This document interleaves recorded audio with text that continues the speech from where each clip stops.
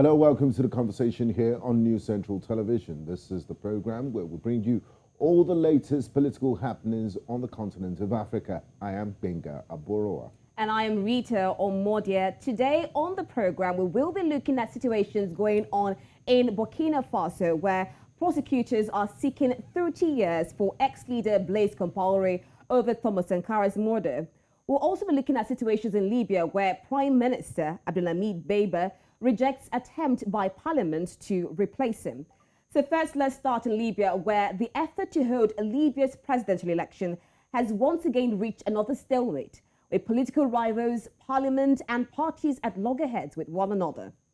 Prime Minister Dbeibah has defied attempts by the parliament to replace him, setting up a potential showdown between his Western-based government and the assembly in the east. Dbeibah said he will continue to lead until handing over power to an elected administration. Dbeibah was named interim leader last year on the United Nations-backed process aimed at helping the North African country recover from the decades of chaos that followed the ouster of long-term dictator Colonel Muammar Gaddafi. Let's take a look at this. لن أسمح بمراحل انتقالية جديدة ولن نتراجع عن دورنا في الحكومة التي تعهدنا بها أمام هذا الشعب حتى تحقيق الانتخابات، وأن حكومة الوحدة الوطنية مستمرة في عملها إلى حين التسليم لسلطة منتخبة. ولن نسمح بأن تعود هذه الطبقة المهيمنة منذ سنوات للاستفراد بالمشهد والعبث ببلادنا وبمستقبل أبنائنا مرة أخرى. كما أنني أقول لكل من طالبني من المترشحين للانتخابات من أصحاب القوى المؤثرة سياسيا وعسكريا بأنني مستعد لمراجعة قراري في الترشح للانتخابات في حال كان ذلك لصالح شعبي ووطني. إنني وبكل صدق أخشى عليكم مما تسعى إليه تلك الطبقة السياسية المهيمنة على البلاد طيلة السنوات الماضية، من أن تجرنا مرة أخرى لمربع الانقسام والفوضى. فها نحن اليوم نراهم دون أن يخجلوا يحاولون التمديد لأنفسهم أكثر وأكثر. And there you've had it. You've heard the words of the incumbent Prime Minister Dbeibah saying that he will not hand over until an election is held. Recall that there was supposed to be an election on December 24 last year, but unfortunately, due to so many discontent from political parties, parliament and others, this election did not hold. Now, joining us live to discuss this is Professor Mustafa Fetouri, a Libyan academic and award-winning journalist. He joins us from Paris, France. It's so good to have you join us on the conversation. A pleasure to be with you. Thank you for having me. Thanks for joining us, Prof. All right, so let's look at this now. The lawmakers argue that the mandate of Dbeibah's government ended when the presidential election was supposed to happen, which was December 24. The polls were cancelled and Parliament began interviewing candidates to replace him. In your own view, is this action justified, and does the Parliament even have the power to replace Dbeibah or not? Well, the action is justified, of course, but the timing is the problem, as well as the agenda behind those plotters who want to remove Mr. Dbeibah from his post. First of all, it's very hard to defend Mr. Dbeibah or his government of national unity because of the amounts of corruption, forgery, and wasteful spending of public funds so far over the last 7 months or so.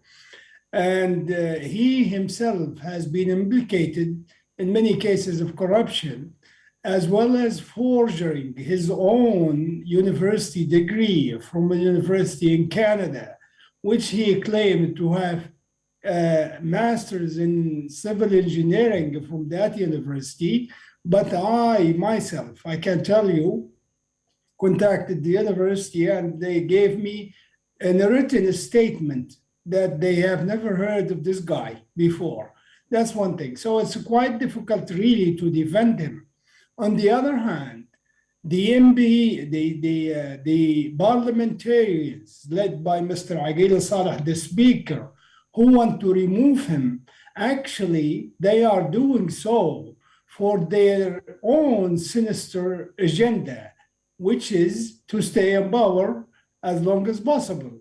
And that's why they attempted to remove Mr. Dbeibah, blaming him for the failed elections of 24th of December last year because the government could not organize them. The Electoral Commission could not do so as well. So it's a quite complicated thing. Each side, all the nice words we heard from Dbeibah just now, I mean, they are okay. But the thing is, he's not saying them, very nicely for the sake of the people or the sake of the country. Not at all. He's doing so. And every way of defending himself is using now, he's actually defending himself for his own sake. Otherwise, let me tell you something. Here, there's already 4 of his ministers in jail, including the Minister of Health, who was the last one to be detained just about a week ago. And all of them are implicated in corruptions connected to either Mr. Dbeibah himself or his immediate family members, So it's if he has any degree of decency, he would have resigned. You wouldn't see a prime minister clinging to power when 4 of his cabinet are in jail. So it's a two-way story. Each side is saying good things, but actually hiding the real reason why they are pushing, for example, for the removal of Mr. Dbeibah and why Mr. Dbeibah wants to cling further to power. That's having said that, we also have to remember he's a kind of lucky. Why? Because removing him at this junction in the country's history is a quite risky business to do. Why? Because we already had so many internal wars, and we had a division, especially after 2014 elections that divided the country into 2, with 2 different governments, one in Tripoli and one in Eastern Libya. It is quite likely that we end up having the same situation again, for the simple reason that the United Nations Security Council already recognizes Mr. Dbeibah's government because of the political agreement that actually brought him to power. That's one thing. And if the parliament tomorrow, as planned and as expected, goes ahead and fire Mr. Dbeibah and replace him with somebody else, very likely to be Mr. Fathi Bashagha, the former interior minister in Tripoli, if that happens, as it is expected to happen, we might have a situation where we will end up with 2 governments. And it's very unlikely that the divided UN Security Council will come to the rescue, because it is already recognized a government in Libya. I would like and it will not recognize the other one. I'd like to come in here, Professor Fetouri. The United Nations backed process that brought about Prime Minister Dbeibah as interim leader did not envisage a situation where the elections won't hold in December. So now, what is the United Nations saying about this current situation that is going on? Will they give Dbeibah an extension for his mandate, or will they allow the Libyan parliament choose? What do you think is the way forward in this situation? And has the United Nations Security Council made any pronouncements on this new development? No, not yet. The Security Council have not yet commented on this situation, but we already have the special advisor to UN's Secretary General, Mr. Guterres. She is Stephanie Williams, a very experienced former US politician who actually was behind the whole process that brought us united government and united institutions, as well as a ceasefire, which has been holding for the last 14 months now. And then on top of all that, we had Mr. Dbeibah and, of course, the presidency council. The actual roadmap that was developed last March, upon which Mr. Dbeibah was elected as a prime minister, does not finish yet, is not over yet. It ends in June this year. And Mr. Dbeibah's mandate, by definition, because of that roadmap, which was agreed upon by all factions in Libya, his mandate is not over yet. It will finish when there is an election. But since the last election failed to take place for whatever reason, then he's legally speaking, his mandate will finish in June, next June. That's one thing. The other thing, the United Nations, represented by Mrs. Williams, as I said before, does not favor replacing him now because of the risks I just counted before. And because of that, in addition to that, actually, she does not have any guarantee. Nobody can give her from the local interlocutors inside Libya itself, can give her any guarantee that the next government or whoever will take over from Mr. Dbeibah tomorrow, assuming that he gives up and walks away, that person will offer any guarantees, if he can, that elections will indeed take place by June this year, as the roadmap calls for. What the parliament has done in this situation, instead of recommitting itself to the roadmap developed by the United Nations, to which the parliament itself signed up last year, instead of doing this, they went on and developed their own roadmap, which says that elections, both presidential and legislative, is likely to take place after 14 months. And Libyans are crazy about this. They are very frustrated. They are already angered by the fact that the last elections planned for December 24th last year did not take place. And they already do not trust anybody, neither in the parliament nor in the higher council of state, which is a consultative body, nor Mr. Dbeibah's government. Yes, please. Okay, now looking at this now, Dbeibah is resisting the attempt for a replacement for interim minister. You talked about the fact that both parties have selfish interests. You said if Dbeibah had a degree of decency, he would have actually resigned. But what are the other reasons why Dbeibah is resisting replacement? Does it have anything to do with his intent to pursue a presidential bid? I did not hear the last part. I'm sorry. Do you feel the reason why he's resisting replacement is due to his position to pursue a presidential bid? Well, first of all, he should not. He should not. If he's a decent man who keeps his signed the pledge and his word of honor, he should not think about the presidential elections anyway. He should not be a candidate. Why?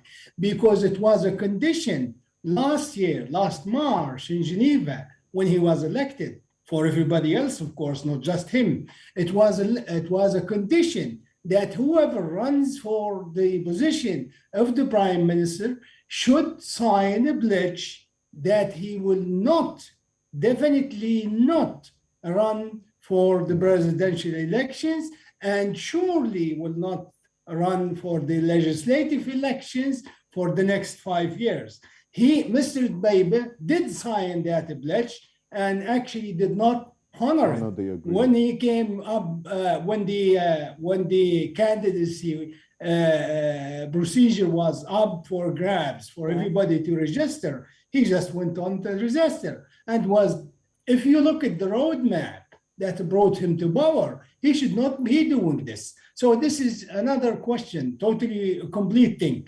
But should he, if he chooses to go back and run for elections, the current law governing the presidential elections will give him only another 3 months before he leaves government, which means that he has to be 90 days out of the government or any government institution as an employee of that institution to qualify to run for president. And I don't see him doing this. Now, Professor Mustafa, if we look at the way of Dbeibah, he's saying that until there's another election before he would hand over. Meanwhile, the parliament is saying that there will be no elections, and of course, you're not even following the roadmap for elections. So if we look at the way of Dbeibah and the parliament having disagreements, do you think there would actually be any election? And if there is no election, when exactly is Dbeibah going to hand over? Well, first of all, as a Libyan, and of course, I follow the situation very closely in the country. Deep in my heart, I don't think there will be election this year. So the parliament has said 14 months. I would say probably another 2 years or something. Yes. It's very unlikely for several reasons. One of them, if they are left alone, I mean, parliament as well as its partner, the High Council of State, if they were left alone to manage the situation, they would never do that because they never agree on anything.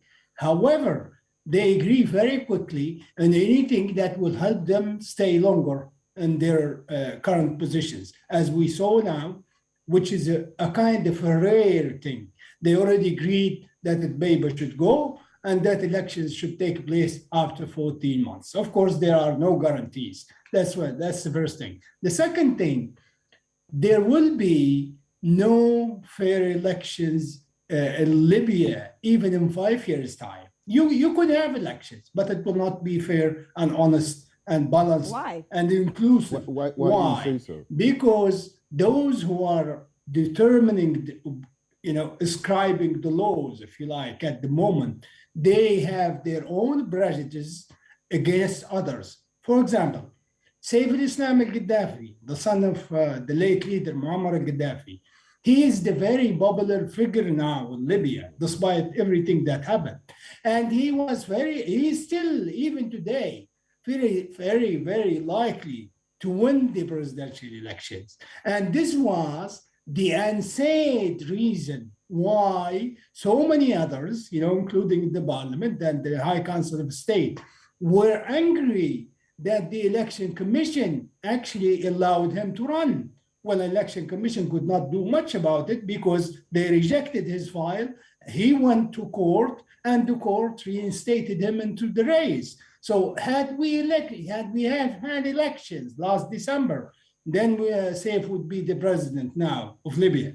But that will never happen. Of course, it is very unlikely that those people will accept the fact that Saif al-Islam al-Gaddafi, who is a quite young guy, very visionary, and he's likely to come back to the presidential race, as well as his supporters are likely to dominate the next parliament. But those people who are determining everything now, they will never accept that. That's why I say even in 5 years, we will not have very fair, inclusive elections in Libya.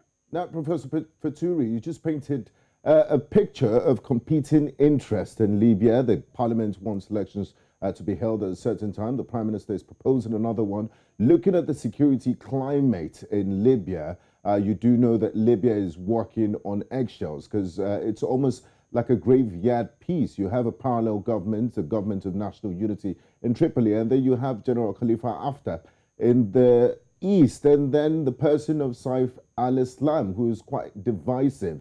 So in your opinion, you've suggested 2 years, but you have international development partners, the United Nations. They want Libya to walk towards democracy.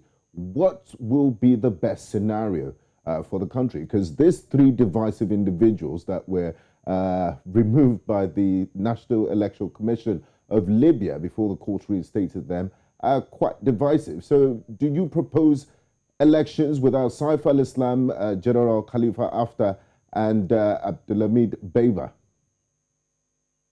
Well, it's quite problematic, and there is no ideal solution to the situation we are in Libya now, unfortunately. And it would have been much easier probably if we had a different scenario for the elections and the going forward of the country 3 years ago, 4 years ago, before we embark on this new journey after the political dialogue of last year. But because we did not do that, it's quite difficult. Why? First of all, the election itself became a target now, became a kind of a goal instead of being the means towards moving the country forwards. The other reason that make elections really a complicating factor instead of helping factor to solve the problems is that we did not have any kind of reconciliation in the country. The country is still divided. People are still divided. Thousands of people are still displaced inside Libya, and of course outside Libya as well. And the government, public services in any sector, you name it, it's just collapsing. There's nothing there. So corruption is a kind of a national league to every official, in the country. So unless you really have kind of election and somehow modeled in the way of the Truth and Reconciliation Commission in South Africa during Mr. Mandela's reign, I don't think any election will solve the problem. I'm afraid to say, but it's a reality. I see it. The final scenario for Libya, and it's sad to say this, but it's a fact, is very likely to be a very destructive episode of violence, whether major war or just small wars here and there across the country. And then one person, one side, it could be tribe, it could be whatever, will be emerging out of that destruction and death, and he will control the country for a transitional period, hopefully, and then he will organize some kind of settlement inside the country itself, a reconciliation. Libyans have to reconcile among themselves first before they rush to elections. We have rushed to elections because of recommendations of the international so-called community, the United Nations. We have done this in 2012. We have done it also in 2014, and we ended up in an even more deeper hole, if you like, instead of solving the problems and becoming out of the hole. Okay, Yes. Professor Mustafa, you've talked about destruction and likelihood of two parallel administrations. What is the fate of Libyans at this point in time? You talk about 2 years, 5 years. The Libyans are protesting. You're also one. So what's the fate of the citizens if this continues? Well, the problem with the Libyan people in general, they have been deprived of almost all means, of protesting, safely and peacefully. They used to blame Gaddafi for firing at civilian and armed protesters. Actually, what they have been doing, those guys after 2011, after Gaddafi was murdered, is that they have killed many more people, much more people than he did, assuming that his forces killed anybody, civilian, protesting peacefully. That's one thing. The other thing is Libya nowadays, living a very difficult and hardship life they are not used to before. During the Gaddafi era, almost everything was subsidized by the government. It's very cheap to live. Nobody ever, worries about the water or the electricity supply or the food in the market or the prices, for example, or the price of his gas for his car or things like this. The simple things that we used to take for granted. They are not there anymore. Now it's very expensive to live in Libya. At the minimum wage Libyans are getting, plus the fact that they are paying very high prices for everything except for a couple of things here and there. So Libyans are becoming exhausted running after the means of their life, the means to finance their kids' schools, the means to maintain a good health, the means to pay for health services and so on. So they are not really in the mood, if you like, to chase politics anymore. They understand what's going on, and they just gave up. Plus, when they come to the streets, if they ever do in large numbers, it's very likely there will be a massacre because of the militias, especially in Tripoli, who dominate the life there. And they are used by each political faction or a leader to do whatever they would like to do. And this is also what is frightening about firing Mr. Dbeibah, because he's not alone. He's backed by several militias in Tripoli, and those guys, because he favors them, he pays them, he gives them a lot of services, he gives them a lot of things, they like him. And the idea that their source of income, their source of luxury life, if you like, which is Mr. Dbeibah, is going to disappear tomorrow. It's very difficult thing for them to swallow. So it's a very mixed situation.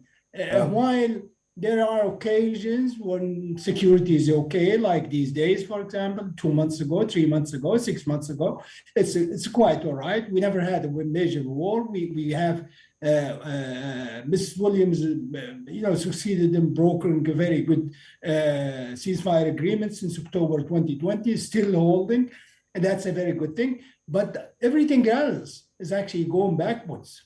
Okay. Yes. Professor Fetouri, you just painted quite a nostalgic picture of the Gaddafi years when things were very okay, and Libya was always a shining example for Africa. And now, I'm sure not only you, quite a lot of Libyans will echo your sentiment and wish for those days when things were subsidized, when there was peace. Now, looking at the current situation of Libya, do you think there's any figure that can unify and pull the country together like it was during the Gaddafi years? Or do you see, because, I mean, you have competing interests everywhere, or do you see a balkanization of Libya? Well, it's, if there is a figure inside the country that is, qualified enough to unify the country, unifying the country now is a kind of a different concept. We never thought about this in Libya during the Gaddafi years. We never recognized, we never felt, for example, that we are different from Black Africans, Black Libyans, or even Black Africans who come to Libya for work and live with us. But the thing is, now, unification itself is a very relative idea. So if we have a scale, from 1 to 10, who's very likely to be able to unify majority of Libyans? I would say at this point, it's I will give Saif al-Islam 7 out of 10. I would give Mr. Haftar maybe 5 out of 10, and Mr. Dbeibah between 4.5 and 5 on the same scale. So the country just, especially socially speaking, the country has just disintegrated into different smaller factions. The kind of solidarity we used to have in Libya is very weak now. I wouldn't say it does not exist, but I would say it's very weak. For example, 10 years ago, it would be unthinkable for me living in Tripoli not to visit my relatives, my extended family relatives who live in Benghazi, 1,000 kilometers away. It will cost me time. I have to buy a ticket or go by a car and so on and so forth. But that has never been a problem. It will be unthinkable for me to do it. Nowadays, it's quite common that I don't see my neighbor next door for the whole month. So it's something, something deep down inside Libya, inside the Libyan people and the society itself has been shaken to its foundation very badly. and it has to do, I'm sorry, I'm certain to say this, it has to do very much so with foreign interference in Libya in different ways. Now, Professor Yes. Fetouri, sorry to interject there. I just wanted to back up on what you just said, foreign interference. We have the luxury of hindsight now. We know that NATO interference really did cause a lot of damage to Libya and the fabric of Libyan life and society. Looking at what happened with the luxury of hindsight, do you think the West and NATO bear some responsibility for what is going on in Libya today? And do understand that there's a lot of proliferation of weapons. It does have a blowback effect on the wars we're seeing in the Sahel and the jihadist insurgency there.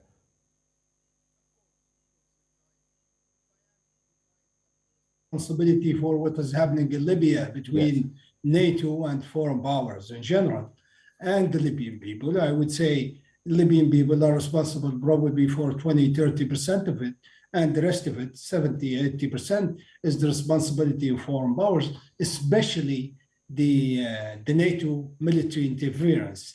Why I say this? I say this because from day one, NATO neither the United States nor France nor the UK or those major powers who were supporting the idea of military intervention in Libya in 2011, they never had any plan for the day after. We know, I was in Libya all the time. I left after everything finished. But we knew from the beginning that the regime, the Gaddafi regime, will fall, will be destroyed. It doesn't possess the kind of power to resist for very long. And actually resisting for 8 months is a kind of a miracle, is kind of a heroic work, really. But after that, NATO and the backing powers, major UN security powers with veto powers in the Security Council, they never had a plan for what to do with Libya after Gaddafi goes. They just thought they will sit back and everything will be fine. It will be a kind of a paradise created by the Libyans on the banks of the Mediterranean Sea. Well, that's not the case.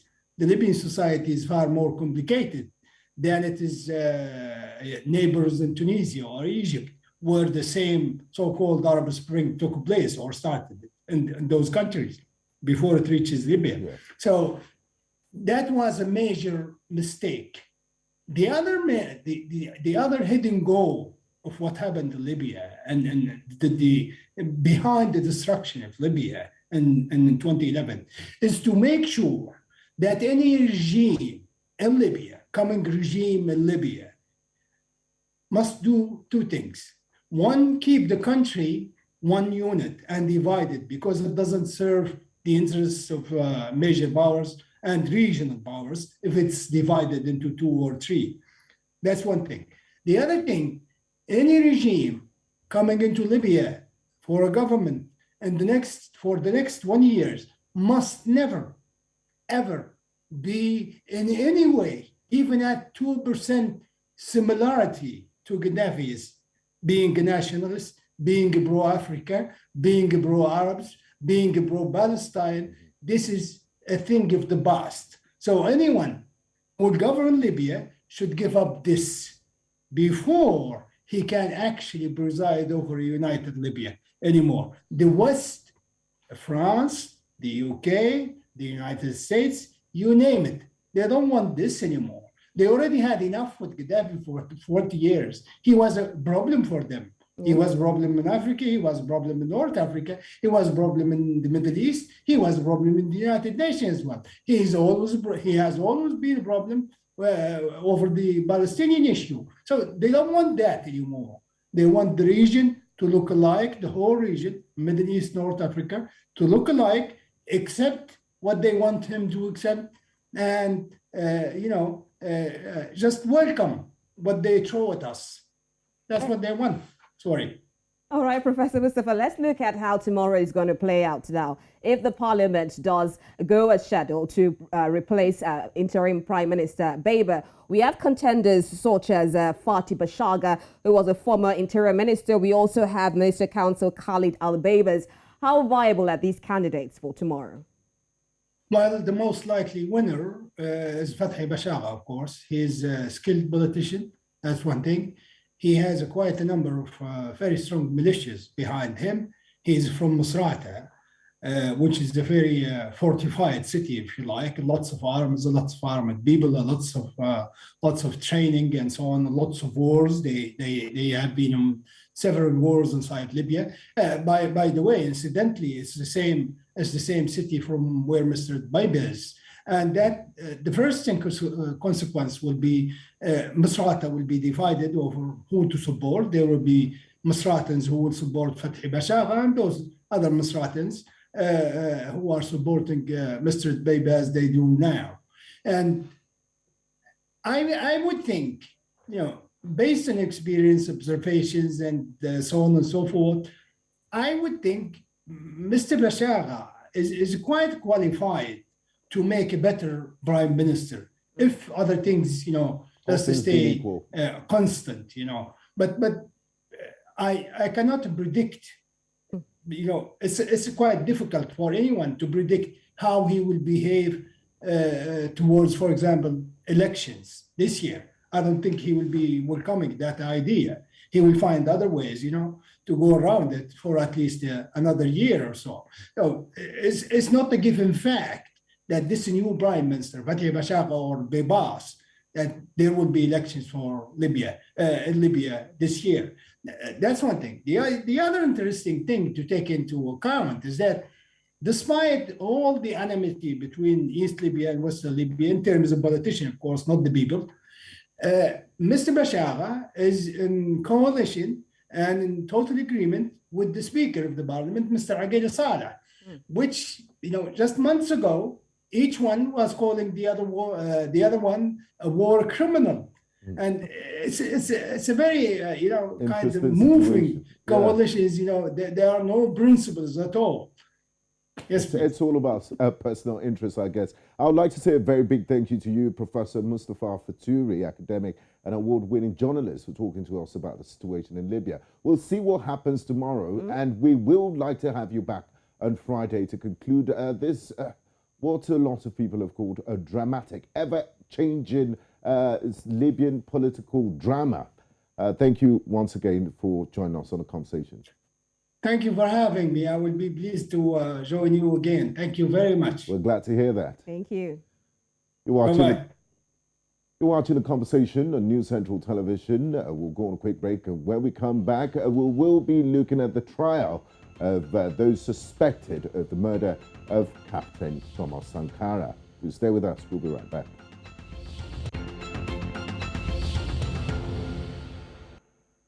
You're welcome back to the conversation. Turning our attention now to Burkina Faso, where we understand that former President Blaise Compaore might bag 30 years in jail. This is because prosecutors in Burkina Faso have asked the military tribunal to sentence him to 30 years in prison for his involvement in the murder of the former revolutionary leader, Captain Thomas Sankara.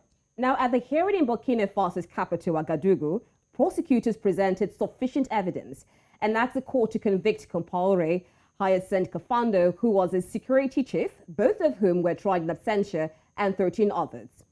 70-year-old Compaore, who was deposed in 2014 through a popular uprising after 27 years in power and living in exile in Ivory Coast, has always denied allegations that he ordered Sankara's killing. And now, joining us live to discuss this is Abdul Latif Ahmed. He's our head for the research and monitoring desk right here at News Central TV. So it's so good to have you join us, Abdul Latif. Thank you for having me. Thanks for joining us as always, Abdul Latif. Thank you. Now, Thomas Sankara and 12 of his colleagues were gunned down by a hit squad on October 15th, 1987 at a meeting of the ruling National Revolutionary Council. Why did it take so long for this trial to come to the fore? I mean, justice in almost more than 3 decades. First, I would say it was a sigh of relief when it was heard that finally the prosecution of Blaise Compaore was going to commence. It took that long for so many reasons. For someone who has stayed in power for close to 3 decades, he has ingrained himself into the system. The system had become himself, and you can see his footprint almost in every facet of, of life of the people. And therefore, even though he stayed a little away from the country, he was getting feelers, he was getting, receiving information, he was accessing all of the most important and vital information about the country at that time. And so he was able to deflect and avoid prosecution all of this while because of how much he had stayed in power and controlled, the height and the reign of governance. Okay, Abdulatif, before we go forward, let's take reactions from the people and, of course, the lawyer back in Burkina Faso. On est en partie d'accord avec le parquet, notamment pour ce qui concerne certains accusés comme Blaise Compaore, Gilbert Guéguéré, Palmori Jean-Pierre, sur déjà même le principe de l'accusation. Alors là où ça nous pose problème, c'est sur le quantum des peines, même si on est partie civile. C'est vrai que la partie civile, ce n'est pas le quantum de la peine qui est son problème. Mais nous estimons qu'il y a quand même, au regard de l'implication d'un accusé comme Palme Jean-Pierre, on trouve que demander de louer une peine de 11 ans à sortir du sursis. Yeah, that was a lawyer from the Sankara family. But days before the trial opened, on October 11, lawyers for Compaore announced he would not be attending a political trial flawed by irregularities and insisted he enjoyed immunity as a former head of state. So, Abdulatif, does this argument even hold any water? Whatever excuses that he could give to deflect the trial, to cast aspersion on the trial, he would. For somebody who has been in power for a very long time, there's a chance for him to want to do everything possible to not face justice. And that is why, his lawyers could say anything about him avoiding such trial. Now, let's see, looking at the current situation, Blaise Compaore is currently in exile in Ivory Coast. His host is President Alassane Ouattara, who is exactly not the most democratic person, because he did break constitutional term limits by running for a 3rd term. He's now a 3rd term president of Burkina Faso. So do you think he will be extradited? And we know that a military coup just happened, so the Burkina constitution has been suspended. So would he be extradited in case he's found guilty? There's a very high chance that he'll be extradited to his home country because from relationships that had existed between both countries, such agreement and understanding exist. And what it means is that at the slightest opportunity to have him extradited, he will be extradited to that country. However, political considerations and sometimes that, will I call it, familial relationship between countries could also come in between the cause of justice, such that those who are supposed to ensure that he gets back into the country still obstruct the rule of law.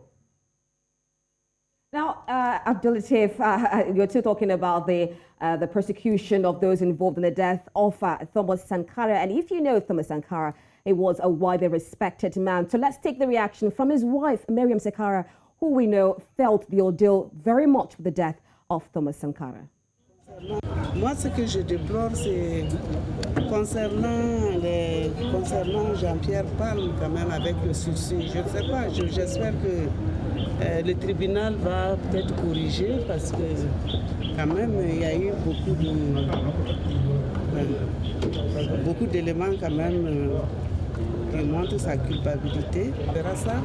Et puis aussi, il y a Ouedraogo Chibo qui a été acquitté, alors que, bon, on avait dit quand même que, aussi démontrer en tout cas qu'il avait essayé à Tankodou aussi. Bon, je sais pas, on espère que, on attend le tribunal, la délibération pour voir quelle sera. That was the wife of the late Thomas Sankara, Miriam Sankara, and Thomas Sankara gave a string of sweeping economic and social policies back when he was alive. So, Abdul Latif, why do you think getting justice for Sankara is so important? You had the wife there, and she's waiting deeply that justice is finally served due to the death of Thomas Sankara.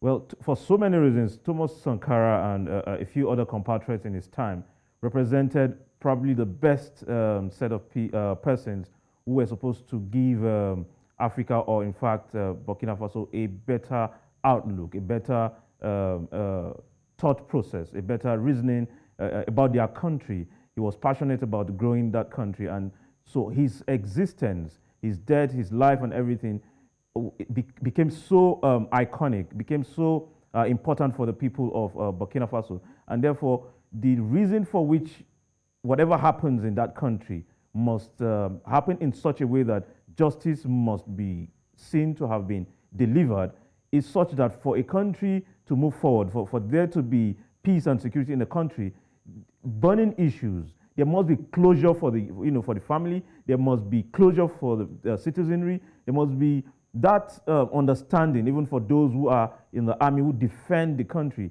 that their lives after all matter. And so that is why, unless there is justice served, the issue around the reign and life and death of Thomas Sankara will continue to pop up.